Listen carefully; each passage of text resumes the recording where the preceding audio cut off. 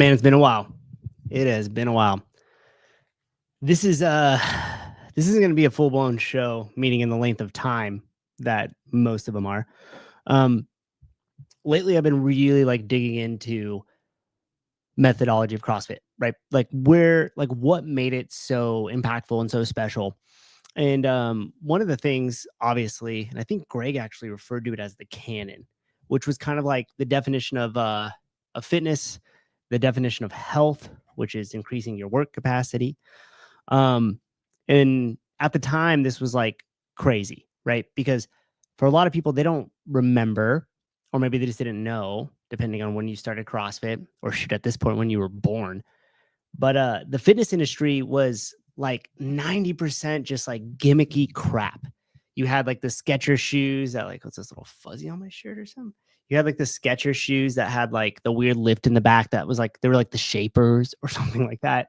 You had the ab belt and it shook. And like the closest thing maybe you had to like intensity and functional movement was P90X, if any of you guys remember that. And I know I did my share of P90X and a Ab Ripper X from back in the day. And as time goes on, those things get lost. And I was looking back, I was watching a lot of Greg's old work. If you saw the things that I posted on Instagram recently, it had something cut up from like Greg giving a L1 lecture probably like 11, 12 years ago at the Reebok. I think it was like the Reebok gym at the time. And he had obviously been giving the L1s for a long time prior to that. So you figure if it was just 11 years ago, what that would have been 2013, maybe he gave that 2014. And that might have happened a little bit before it was published. So we'll say it's around 2013, 2012. So at that point, he was giving a ton of lectures for probably 13 years at that point, and going around and doing the L1. And I was go back and I really like to watch those because there's so many great nuggets in there. And oftentimes we just forget where that came from. Like we take it for granted now that there's Olympic weightlifting all the time. And, we have muscle ups and gymnastics. And now we have these like high rocks and all these spin-offs of, CrossFit. And I stumbled upon a little clip from one Eric Rosa. And I want to share this with you guys because as private equity, as it functions, we all know it gets its company, it does what it does, and then it packages it up for sale, which like, okay, we got that. But when that happens, like how did CrossFit lose its identity? How did it go from forging elite fitness to kind of lost until the recent, which you guys have seen a lot of the video that's been pumped out, where now they're getting back to forging elite fitness.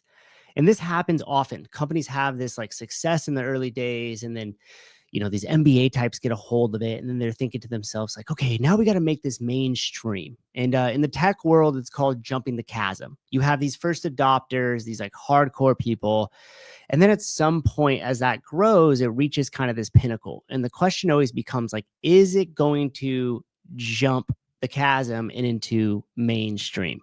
Okay.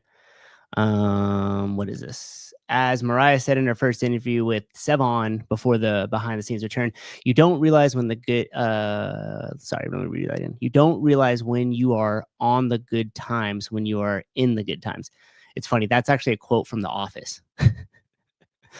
That's funny. Okay. So great quote nonetheless, but here we go. Let's jump right into this video. It's short. Okay. It's short. Like how hipsters wear Carhartt now. Yeah. Yeah. Well, don't forget Carhartt forced its employees to get the what. So, all right. Let's dive in. I got to bring up the right thing. And there's a point to this here. Here we go. Our mission for CrossFit is to be the world's leading platform for health, happiness, and performance. And I can talk. So we have a lot of clarity around that. Okay. Right from the jump, we have a lot of clarity around that. So the leading platform, and that's a very interesting word, and Rose is going to attempt to define it here, which, again, I will explain how that kind of lost its way. Then he says a leading platform for health, performance, and happiness. Okay, and there's a lot of clarity around that. Already there is not. We had clarity. It was forging elite fitness. And then when people say, okay, well, how do you do that? We say, we're going to increase your work capacity across broad time and modal domains.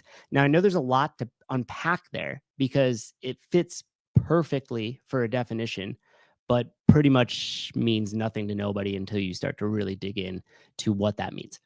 And I just find it hilarious that he says happiness. And we're going to get into that for a minute, but I'll let him keep going. I just thought it was funny. He's like, we have a lot of clarity around that. No, you don't, dude. You've muddied the waters worse than my espresso here. Cole, as you know, we had an offsite with our new X team, as well as some of our new board members last week. And we talked about, and I shared that mission statement. Right into corporate babble. We had an offsite with our new X team, and I shared that mission statement. What? Talked about what it meant, and then we talked about some values that underpin that. But here's what I think is, I think every human being wants to be healthy, happy, and to be able to perform at what is important to them. Okay.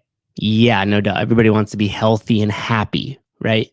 But the big thing here, and we're going to really drill down on this, okay? And I got into a whole entire argument with ChatGPT on this, and it surrendered to me. So everybody wants to be healthy and happy. Sure. The problem is that means different things to different people, especially the happiness portion. And I love how you get these corporate types in here, especially from like the tech industry. And like, you got to remember, Rosa sold what he had, like Data Logic. That's why his shirt there, the Data Logic, he sold that for $1 billion. This dude thinks anything he touches is going to turn to gold. And as we know, because we have a hindsight on our side, that in fact, he would be fired a little bit later. And also too, I really like to remind you guys of an important piece here. When Rosa came on scene, he was happy because he owned CrossFit and he was going to be CEO. And in preparation of this, I probably should have had the exact quote, but I do remember he was saying that he was going to own it for the next 50 years or be CEO for the next 50 years. Okay. Little did he know it wouldn't have even been 2. So right away, he wants to talk about underpinning of values, and dare we use the same word that we hear tossed around today, this transparency. But literally, right from the jump, nothing he said was true. And that's important for us to keep in mind as we're starting to experience the same thing that's happening with a change in ownership now. All right, let's dig back into Rosa. This isn't just physically, this is cognitively in every way, right? And so you want to be, I thought a lot about the word fitness in there, and I was playing around with different formulations, and we've got fitness in our name with CrossFit, but also fitness encompasses, I think, all those things. And I wanted to drill down a little more and say performance to me means being able to do well the things that are important to you, and in some cases get better at doing them. For me, in some cases get better. Now, I don't know if he just wasn't trying to mimic too much of what Greg had said, but if you watch any of the most popular videos with Greg on stage giving speeches, the whole, well, performance means to me, he's already going in his head. He's already going subjective, what performance means to me. And I like the way that Greg said it, which was, hey, look, go home, write down areas in life you want to improve. Where do you want to get better? Write them down. Don't show me. Fold it up, tuck it away. Come increase your work capacity across broad time and modal domains. Do it for 6 months. Open up that piece of paper and tell me if those things you wrote down did not get better in your life. Greg wasn't deviating away from any definitions. He wasn't deviating away, and this is an important phrase here, universal truths. He didn't deviate away from that. He didn't say, well, some people be happy or no. He just said, you define that for yourself. Come increase your work capacity with us here at CrossFit, inside your local CrossFit affiliate. Go back to whatever you wanted to improve in and tell me it didn't get better. And it's also interesting, too, that he was like, well, fitness is in our name and everything else, so I didn't want to use that. It's like, dude, The definition of fitness was the bedrock and the catalyst that set CrossFit and still sets CrossFit apart from every other training methodology, if you want to call it that, or fitness option that currently exists in the market. Still to this day. That's how powerful that was. Health means, and people can have different definitions. I'll pull that it back. Means oh gosh, he already does it. And in some cases get better at doing them. For me, what health means, being able to do well the things that are important to you, and in some cases get better at doing them. For me, what health means, and people can have different definitions, it means to be free of pain. And it means to also, there's a notion of longevity that isn't there in performance. And I think that's really important to me when I think about it. So I want to separate those two things. And then, I don't know if I need to define happiness, but it's got to feel good. Holy crap. Think about the phrase universal truth. Think about the definition of CrossFit, constantly varied functional movement performed at high intensity, right? Think about the definition of health, increasing your work capacity across broad time and modal domains. These are universal truths. We could plot them out. There has never been anything defined that qualifies under scientific rigor as the definition that Greg gave it. Now, right away, he's already saying, well, performance and, you might get better at these certain things and, health, and that's going to mean something different to everybody. It's lost. This is how CrossFit lost its identity. It's because you rose at the catalyst, screwed the whole thing up, muddied the waters, took away universal truths, and started moving to subjective things like, well, health's going to be different for everybody. Happiness is going to be different for everybody. And I'm not going to try to define it. CrossFit was built on definitions. It's what set us apart. And now he's saying, okay, well, here's what we're going to do. Now we're going to be the platform, and he's going to get into that here, and we're just going to dismantle that as well. But he's already completely lost. And look at him. He doesn't even know how to articulate this. This is him addressing the community. This is him showing up to everybody that built businesses, built coaching careers, built CrossFit off of universal truth and definition. One sheet of music that everybody could operate by. That is the power of defining CrossFit, health, and fitness. Talk a little bit about my own journey as a, whatever you want to call it, a mediocre CrossFit athlete. But, in my quest that didn't happen, but maybe it'll happen one of these years, to qualify, as a master's athlete. Huge red flag. Huge red flag. Could you imagine Greg up at an L1 talking to everybody about the definition of CrossFit and how it holds up to scientific rigor and going after the NSCA because they're funded by Big Soda, getting corruption out of exercise science. And this guy's over here well, I didn't really make it as a master's athlete. No, maybe next year. Could you imagine Greg saying that? I didn't qualify for masters this year. Holy shit. To make the qualifier, which is top 200. Once the qualifier, I made top 200 before there was a qualifier. Oh, cool, dude. And once there was, I couldn't make top 200 anymore. Sadly, I missed it by one clean 1 year. But I felt. Holy crap. He is more specific in articulating his missing one clean and missing masters to be that top 200 than he is on defining the mission statement for the company that he is now leading. I know hindsight's 2020, but holy crap. And I give a lot of leeway with this time period. It was a weird time period. Everybody was all freaked out. Everything was happening with, COVID and all this stuff. He doesn't have a scarf on, Louis. Good observation. He doesn't have a scarf on. He's got his mask. Put your mask on, get 6 feet away. He's signaling right now. He's signaling. So he is more articulate than in defining his path to a master's athlete than he is the mission statement for the company. No. Has Greg ever done a CrossFit workout? Don't. I'm trying to be cool, dude. I'm trying to play it chill. Yes, he's done. Are you kidding me? Dude, stop. I'm trying to be cool. I'm not cussing. I'm not getting all worked up. You know what I'm saying? Even though I had probably already too much espresso for 7:30 at night. Susie, you could see the comments on X. Yes, sir, Louis. Yes, sir. So he's already clearly a fanboy. Clearly a fanboy. And he's gonna get more into it here. Found that the year I did the best, I wasn't very happy.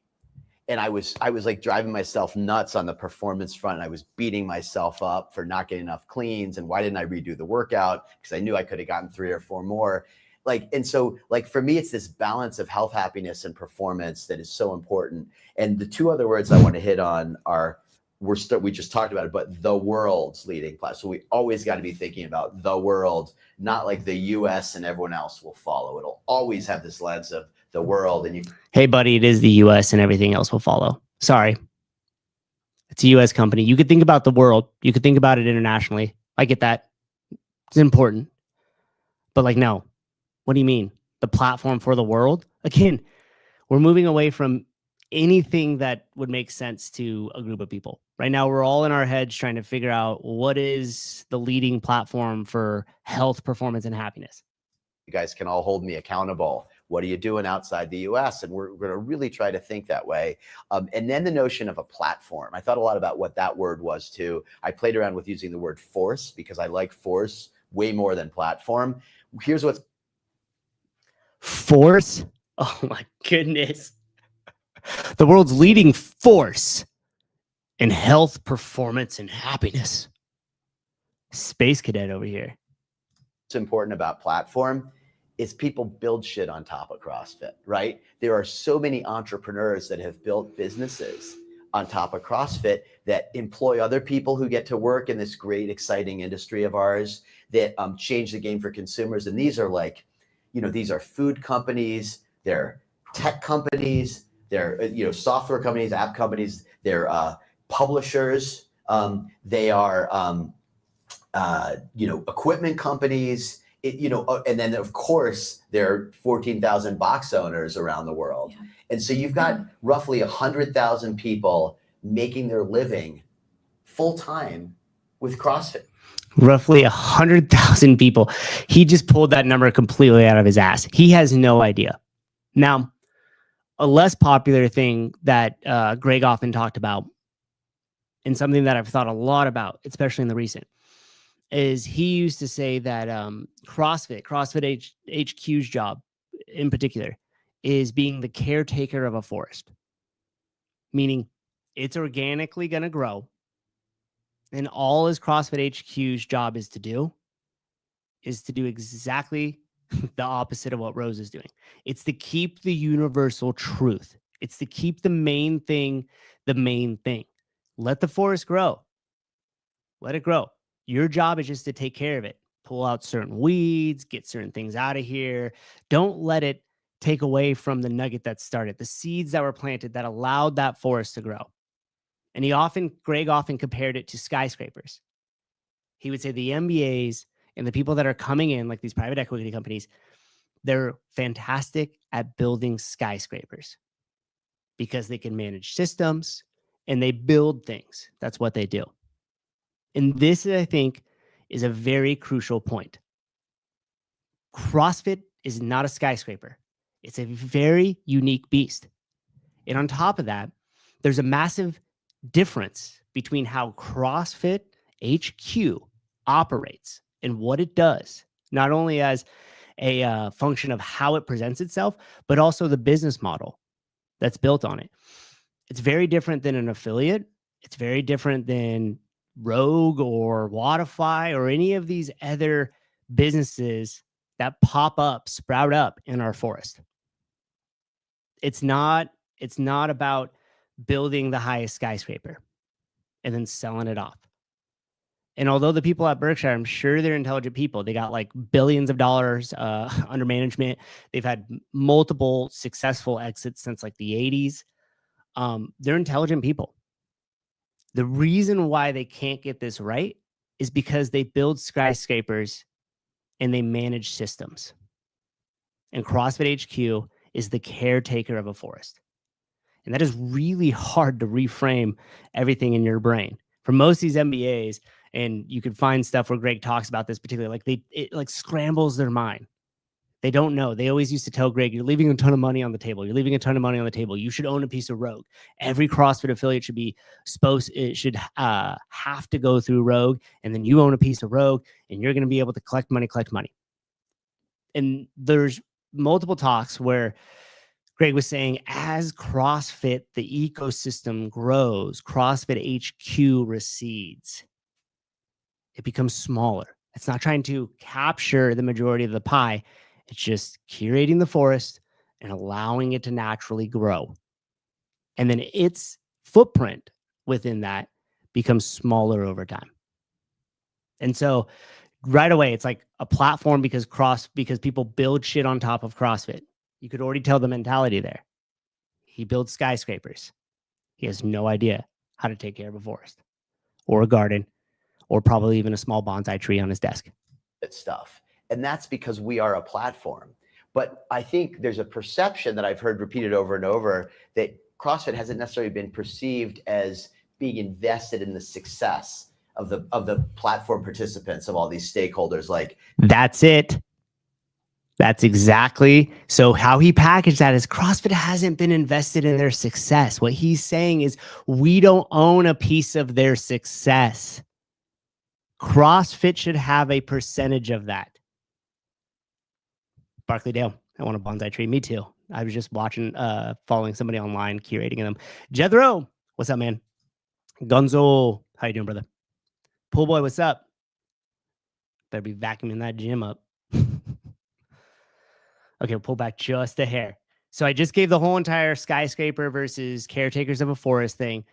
And then listen to the verbiage here and go back to what I was just saying about the MBAs coming to Greg all the time and saying, you should have an ownership of Rogue. You should have an ownership of Wodify. You should be taking this money. You're leaving it on the table.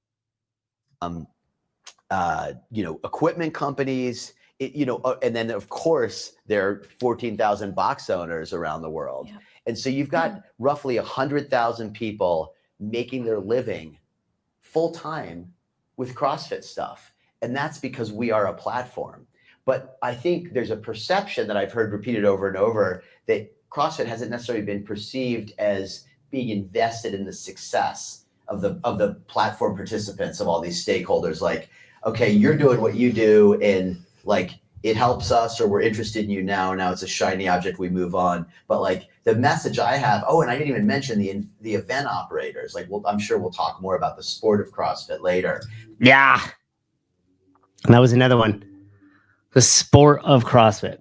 Now, I think I've heard the sport of fitness thrown around earlier than this, but this guy, where's my mirrored camera, was one of the first people that really started referring to CrossFit as a sport.